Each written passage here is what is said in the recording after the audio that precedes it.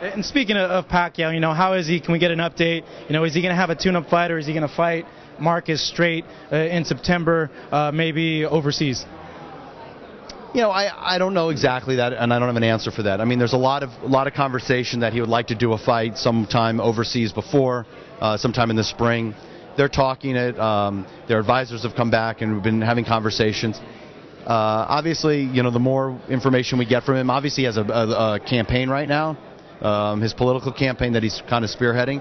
So that's going to be his #1 target, and then we'll figure out on the boxing career. He feels great. He's had all the examinations people asked about. Looks great, and everybody says he's in great spirits and wants to get back in the ring and fight.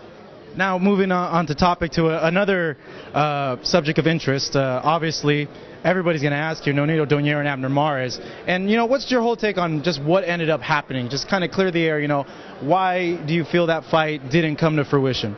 First of all, I don't believe, me personally, I don't believe that if you have a serious negotiation, it's ever done through the press. I've been involved in some very tenuous situations. Bob and Don King never spoke to each other. And it was time to make Trinidad De La Hoya. I called up Don. We figured out a way. We met in a deli, and we sat down in 2 hours and made the fight. That's how fights are made. There's no grandstanding, no PR campaigns, nothing like that. Unfortunately, we had already targeted April 13th for a Nonito fight. We had commitments. We responded to this PR contract campaign and said, listen, we're available April 14th to have a conversation with you. We're already committed for this.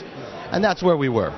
We still would love to have a conversation, right? Whatever, after our commitments that we've made. Gladly do that.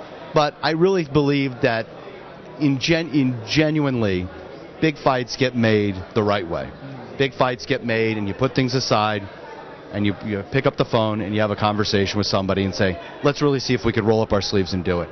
And I wish that could have been the case here. So there was no, conversations that took place? They didn't pick up the phone like, hey, Todd, let's go ahead and make this fight? No. Wow. That's interesting. No. Okay. So after April, Nonito wants to take a break, but overall, what's your goal with Nonito fight-wise? How active do you want him to be? How many fights are you targeting for him? Listen, if he says he wants to take a break, I got to listen to him, right?